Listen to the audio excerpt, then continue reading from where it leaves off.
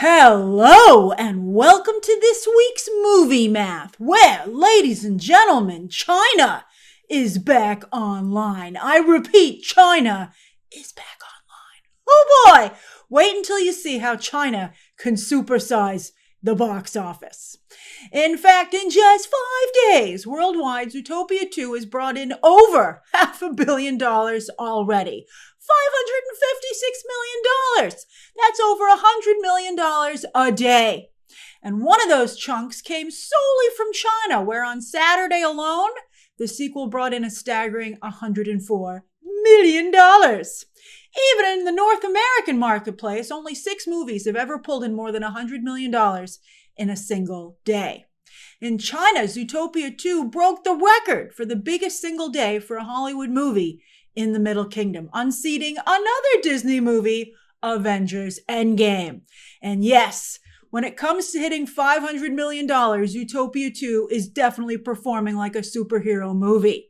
And in fact, only movies that do well in China can move this fast at the box office. You know, everybody's like, what does it matter if we lose China? This is why it matters.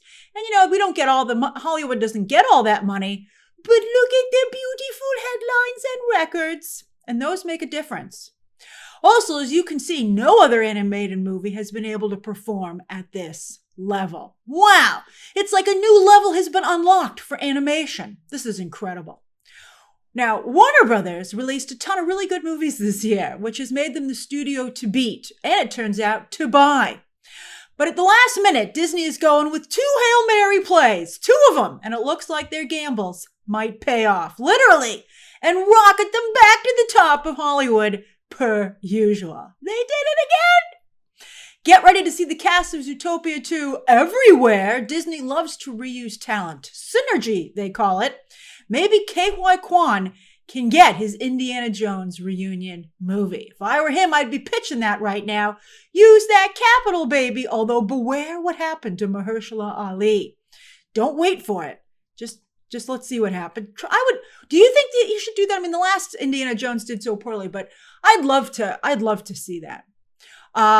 Maybe at least a Disney Plus special. I'd like that.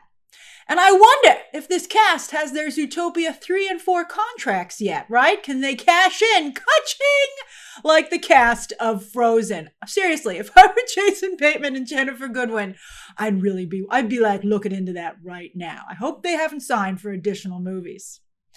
As for the weekend's other big movie, Wicked for Good, sure enough, as many of us suspected, the sequel is front-loaded. It had a much bigger drop than the first film in its second weekend, which means that $1 billion is now not going to happen. But hopefully, worldwide, it can still match the first film. We're going to deep dive into both movies and take a look at the holiday weekend box office overall. What movie or movies did you see over the holiday weekend? And did you like them? According to Rotten Tomatoes and CinemaScore, you did, although I went to see Zootopia 2 again this weekend with my family, and they did not care for it. I mean, they didn't dislike it, but they felt they could have waited to watch it on Disney Plus. And it made me think about whether or not movies and TV shows need to actually be good these days, or if they just have to be good enough.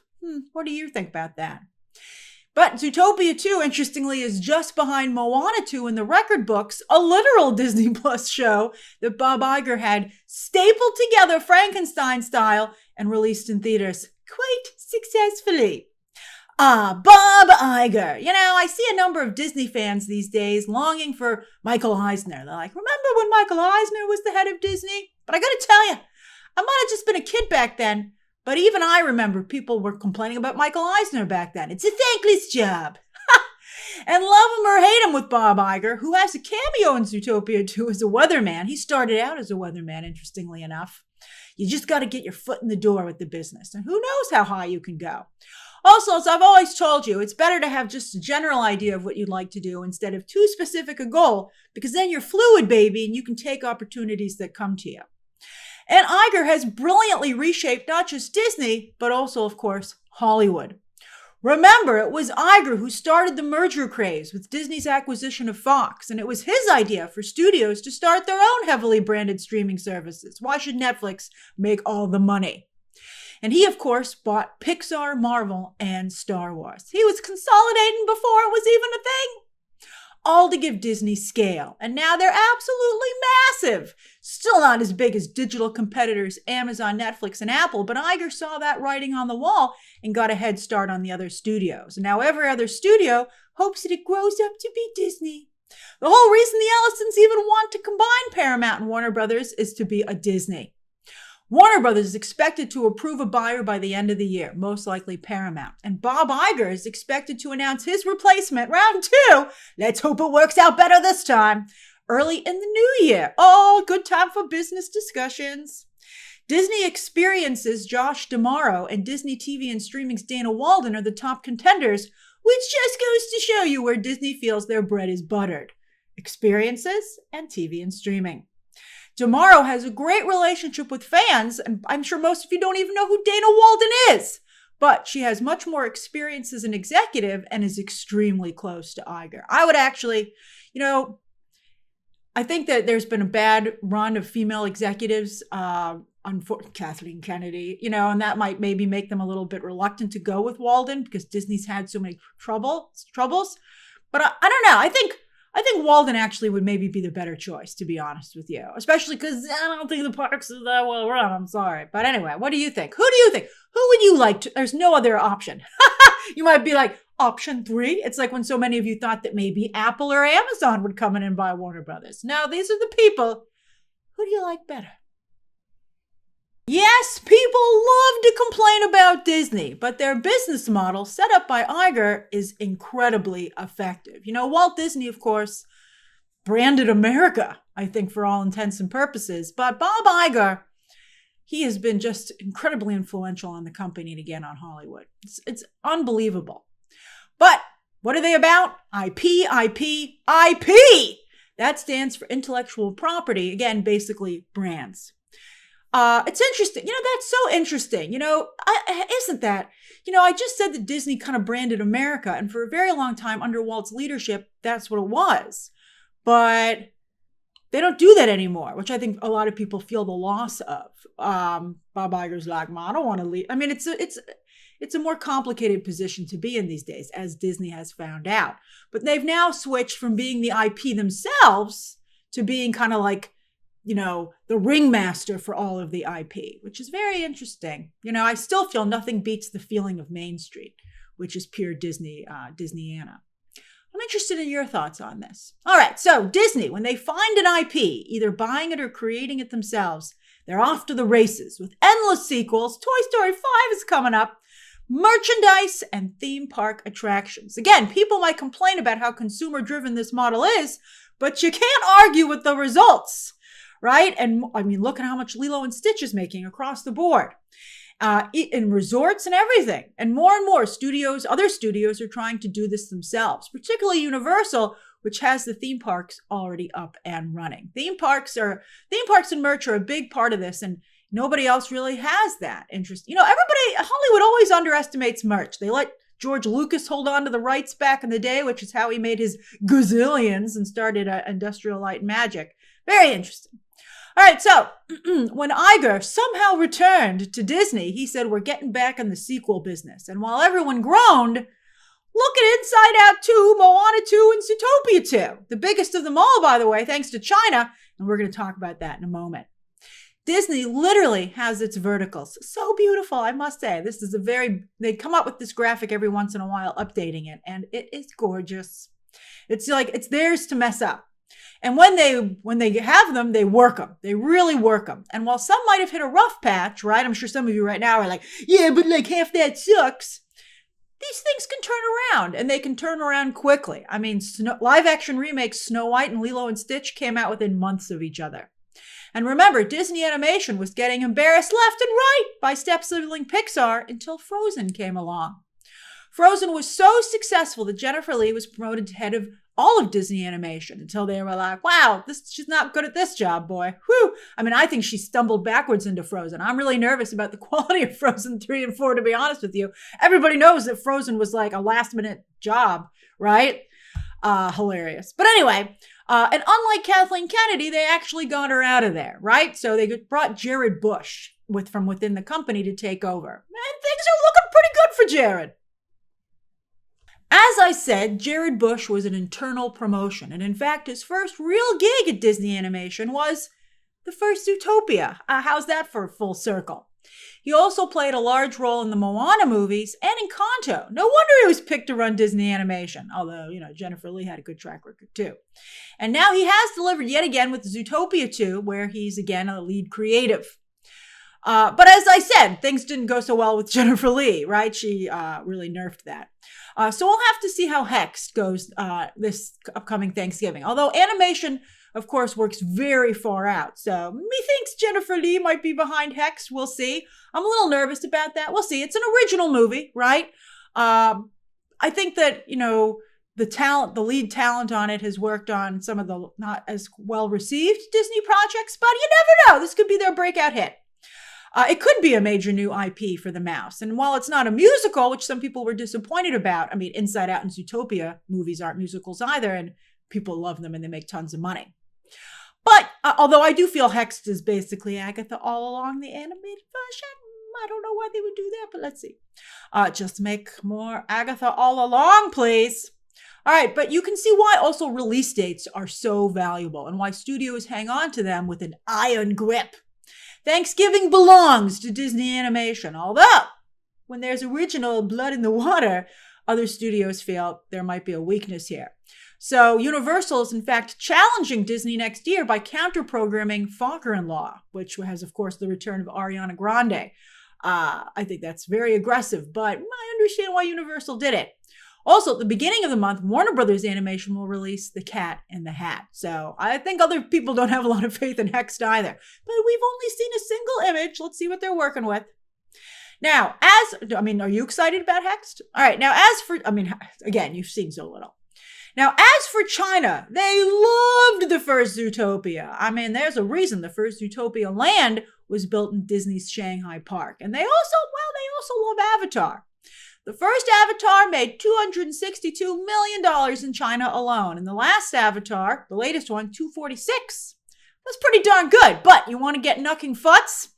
Zootopia, again, in 5 days, made $272 million already. It's made more than Avatar, either Avatar movie did. And again, in just 5 days. That's nuts! I am very excited to see the final number that Zootopia gets to and how much of it is accountable to China. This is insane. This is very exciting. And again, shows the change in the global marketplace. Could the majority of Zootopia's box office actually come from China? Wouldn't it like how Neza 2 made so much money mostly out of China? Isn't that interesting? All right. Now, doesn't Disney get just 25% of the China box office? Well, that's still $68 million, and the movie's just getting started over there. And the whole number goes into the record books, which makes for a great headline for the industry, audiences, and of course, the almighty Wall Street. All right, yeah, let's talk numbers. Moana 2 still holds all the North American records for Thanksgiving, but Zootopia 2 is right behind it, with 156 for the 5-day and 96.8 for the 3-day. That's puny numbers next to China. Now, Zootopia 2 might be the sequel. It's funny, but we're getting so excited. And so, these numbers are nice, but they're not like, oh. All right, so now Zootopia 2 might be the sequel to an almost 10-year-old movie, Jared Bush's entire Disney career. But it is showing how audiences are changing. 61% of ticket sales were walk-up, which undercuts those pre-sales headlines that we're always seeing lately. Oh, look at the pre-sales on this movie. Well, I think clearly walk-up business is what really matters these days. And yet again, Latino audiences are driving family fare big time as the biggest demo. 37% Latino for Zootopia 2. That's huge. Right in line with Moana 2, which was 36%, and close to Super Mario's 41%. Then 25% Caucasian. That's really switching, what's usually the Latino Caucasian demographic. That's fascinating. 20% Black, 13% Asian, and 5% Native American other. But continues to be difficult to program for Latino audiences. They still, to some degree, there sometimes you can get through, but they don't particularly care for Hollywood content that's engineered at them. They like what they like, which I think it's very fair, but they really like family movies. Really, really like them. And I mean, a lot of you, some of you in the comments have pointed out that perhaps Latino families are the biggest family demographic in America right now, which is also fascinating. All right, and interestingly, only 21% of the box office came from premium screens, which means for all the attention that they get in the media, you can still make a boatload of money without them. That's very encouraging for the theaters that don't want to add more premium screens. They're like, people will come. It's Hollywood's fault. While movies overall are having a tough time, again, family movies are stronger than ever. Lilo and Stitch, Minecraft, which I believe also were very strong with Latino audiences. How to Train Your Dragon. And perhaps the problem with Marvel's movies this year was that they weren't particularly family friendly. Even ironically, the Fantastic Four, which is about a family. Although, as I said in my coverage, it's like, hey kids, you want to see your parents balance the checkbook? No, thank you. And for everybody complaining about how silly and goofy Superman was, maybe that helped. It did do better than any Marvel movie, and certainly was family friendly. Did any families go to see Superman? I'm curious to your family experiences this year when it comes to Marvel and DC movies. I'm telling you though, when it comes to Fantastic Four, I think we can call it general audiences don't care for this superhero group. Well, they like the Brad Bird version. Do you think that's a problem? Everybody's like, well, Fantastic Four came first. Well, John Carter came before Star Wars and Superman, and yet nobody cares about John Carter. Very interesting. All right, so how did Wicked for Good do this weekend? Not good. This is not great news for Wicked. I mean, is it like end of the franchise not good? I don't think so. I mean, we have to see what the final number is. They're talking already about maybe making a Wicked 3. Tell me what you think as we discuss this second weekend. So Wicked for Good had a much bigger drop in its second weekend than the first film did. The first film dropped only 28% over the holiday weekend. This new one, 57%. Whew! Which again, I think is because the sequel was seriously front-loaded. And also, remember, it didn't have a big movie to compete with last weekend either. Gladiator 2 maybe took some of the screens. Just everybody was able to go see Wicked for Good. And it's not as fun a movie with songs that, aren't quite as upbeat and not as many iconic ones. And I just think it really cuts into its rewatchability factor.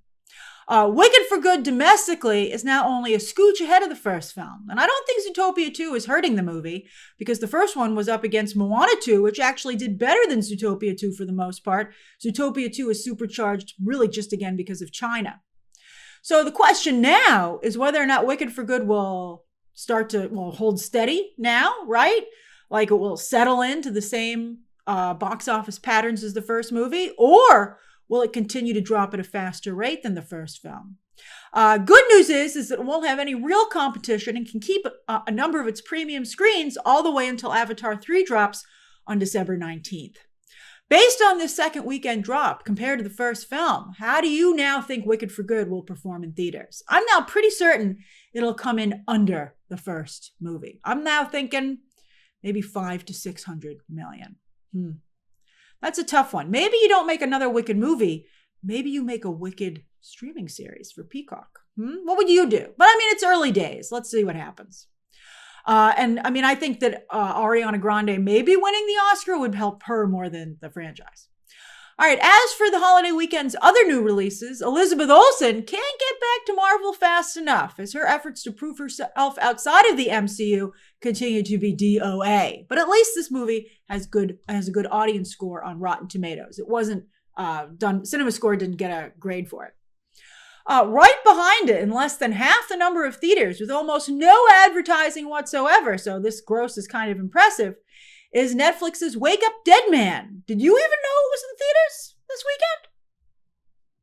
Well, kind of in theaters, like just 600, and not any of the major chains were willing to play the film, despite the progress that Netflix has made with exhibitors, or at least seem to have made with K-pop Demon Hunters. A number of you, I put a review up for it, and a number of you said it wasn't playing anywhere near you as much as you'd like to see the film.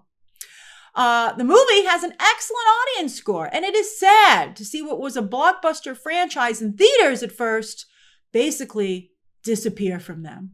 Really just be a shadow of its former self, even though there's still interest and enjoyment in the movies.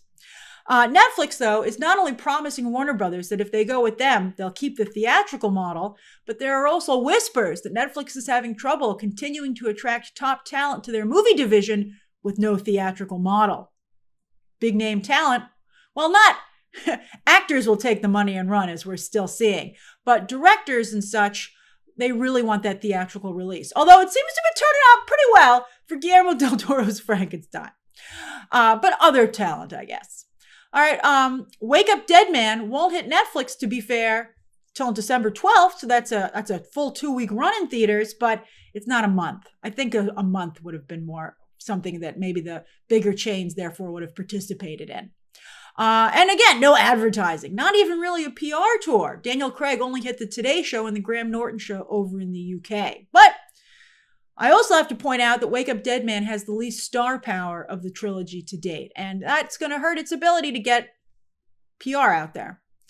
I mean, everybody's like, why do you have to have Instagram followers to get a job? Well, I mean, not everybody in the cast, but it's helpful. All right, so awards frontrunner Hamnet opened in limited release, but the per-theater average is only okay. Let's see if that lack of interest maybe hurts its awards chances. You know, maybe it's not the big juggernaut that the critics and the media made it seem like when it was first debuted on the festival circuit. With holdovers, Predator Badlands is holding on, having climbed all the way to 85 million domestic, and worldwide, it's very close to topping the biggest movie in the franchise, AVP. It might not be as big a win as we'd hoped, but this is still definitely a win, although it's because the Predator bar for success is so low. A win's a win. I'll take it. Meanwhile, Running Man might have stopped hemorrhaging, but it's way down there in terms of totals. Glenn Powell needs a hit. Chad Powers didn't work out either. Glenn, you're too quirky. You have leading, he's like, Jude Law and Johnny Depp. He is a lot like those guys, but they only became quirky. Well, Jude Law became quirky when his career bottomed out. So I guess Glenn Powell is Jude Law on Fast Forward. And it worked out really well to be quirky for Johnny Depp, actually, but only once he got the right franchise with Alice in Wonderland and Pirates. He had the IP to back him up. Whew. All right. So, and Glenn Powell's not that quirky. I think Jude Law is actually an excellent comparison. Johnny Depp in his heyday was an artist. All right, so, Glenn Powell really needs a hit, and he needs it really soon. And I don't know about his upcoming movies. This upcoming A24 movie, I think, looks good but niche. So Glenn Powell better hope his J.J. Abrams' upcoming film is a comeback for both of them. What do you think of Glenn Powell? Do you think he's going to make it as a movie star? So, because it's a holiday here in the United States, Nielsen has not updated to their latest chart. But I found a replacement for us to discuss. And that's the ratings of the Macys Thanksgiving Day Parade, which I was very honored to be a clown in once again for Santa. All right, so at a time when network telecasts are in a serious downturn, what a surprise for this year's parade to not only set a new viewership record with NBC and Peacock combined, but as the biggest entertainment telecast since the Oscars back in 2019. People will still watch, it seems, the telecast, the right one, that's on a network. That's amazing. Well, network and streaming. But a lot of the viewership was on NBC. By the way, if you're wondering what those Oscars were that year, it might have been the Green Book year, but also that was the year that Black Panther was nominated and won a lot of the craft categories. Also Lady Gaga for A Star Is Born, all that Bradley Cooper drama. And then, of course, also Bohemian Rhapsody. Maybe we can someday, it gives me hope that maybe someday people might watch the Oscars again. All right, while still anchored by the Today Show hosts, including the welcome return just for this parade of Hoda Kotb, the parade also, I think, worked to appeal to modern audiences, including Cynthia Erivo, Jonathan Groff, Lainey Wilson, and K-pop demon hunters. And I think this is very crucial. So this year, the American-produced parade featured not just K-pop demon hunters, but Goku and One Piece. And I think that underscores not just how much Asian culture is a part of Netflix's brand and that Netflix is helping to globalize its popularity, but that Asian entertainment has become a global brand. As we've seen at the box, it's amazing to have the Macy's Day Parade have this kind of representation. It's really amazing. And we're seeing it at the box office as well this year, with 2 Asian animated films in the worldwide top 10, one of which did really well in North America. So did you watch the Macy's Thanksgiving Day Parade this year? And if you don't always watch it, what made you tune in this year? Netflix did update their charts, although to be fair, their charts update on Tuesday, which was before the holiday weekend. So people love to stream their trashy rom-coms, and Minka Kelly, I like Minka Kelly, Minka Kelly has herself a hit with one. Meanwhile, In Your Dreams, I didn't like her enough to watch that, but I'm happy for her. In Your Dreams and Frankenstein, two awards contenders for Netflix, are solid hits for the streamer. I think Frankenstein's going to walk away with a couple awards, particularly in the craft categories. If Jacob Elordi can get nominated, I'm working on it. And while K-pop Demon Hunters finally fell out of the top 3, it has been in the top 10 for 23 weeks. Oh my God. And it's still above 10 million views a week. That's just incredible. I wonder if it will get to like 1 billion views. All right. I'm sure they'll announce it if it does. Another awards contender, Train Dreams, has a little less traction.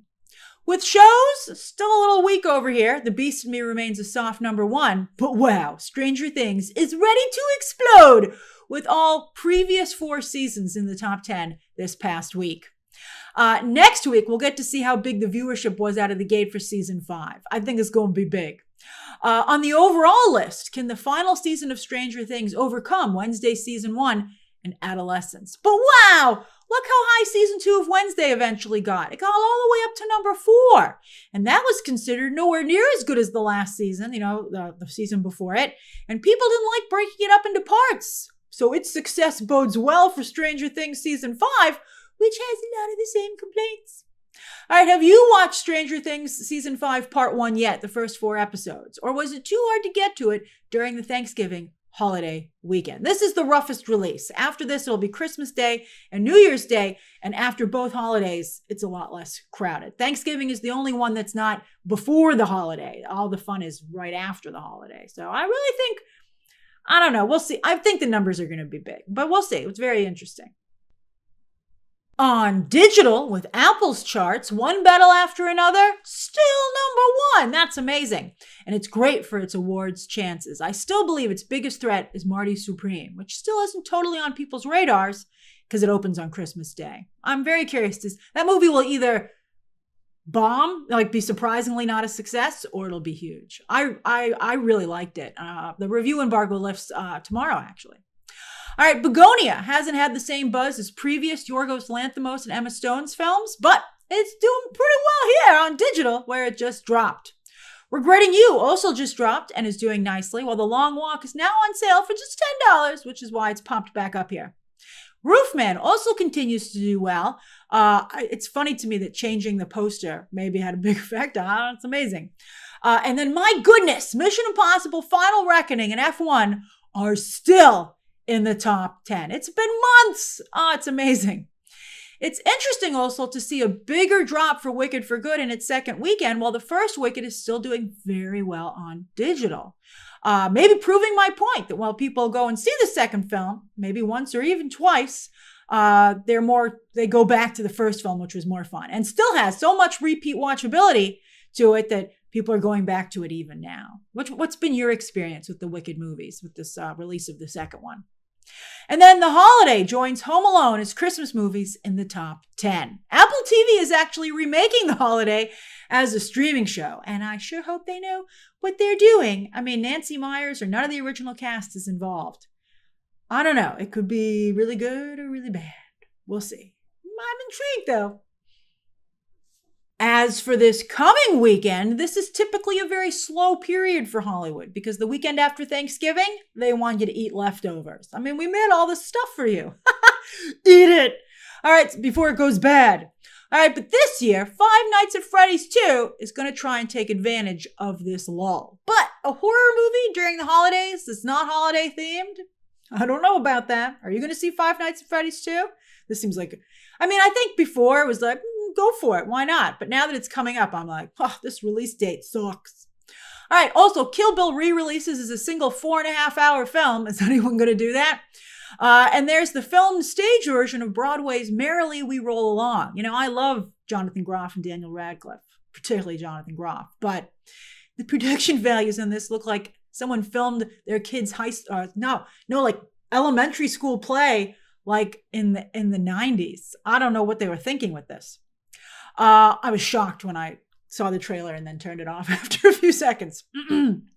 On Tuesday on digital, Tron Ares. Oh, please give it a try. It's a really good movie. I don't want to oversell it, but I bet it's better than you think it is. Well, I mean, it's a shame you didn't see it in IMAX 3D in theaters, but whatever, try it. Watch it on your giant television. While on streaming on Monday, Netflix has Troll 2, and then here come the Christmas streaming movies. We've got My Secret Santa on Wednesday, and Prime Video's Oh What Fun, also on Wednesday. Then on Friday, Disney Plus has a Christmas Wimpy Kid movie, also a balloon in the parade.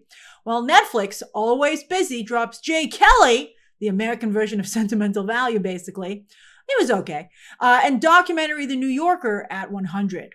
With shows, Netflix has female-led Western The Abandons on Friday. Hey, that's female-led as in Lena Headey, Hadley, and Gillian Anderson. Thank you very much. I still don't think anybody's going to watch it. And Starz has a new Spartacus spinoff, House of Asher. You know, I've never watched a single Spartacus show, but I was looking into it because I was like, is this a thing? And my goodness, is it a thing? This is the 5th Spartacus series, with the last season being back in 2013. So this is a bit of a break, but there was a comic book and a video game back in the day. Any Spartacus fans out there? You going to come back and check this out? And that's this week's Movie Math. What have you been watching? What do you plan to watch? And what do you think of Disney's last-minute save yet again? And do you think they'll have the same success with Avatar 3? Share those thoughts down below. Subscribe today. And of course, as always, you can check out some more videos right now.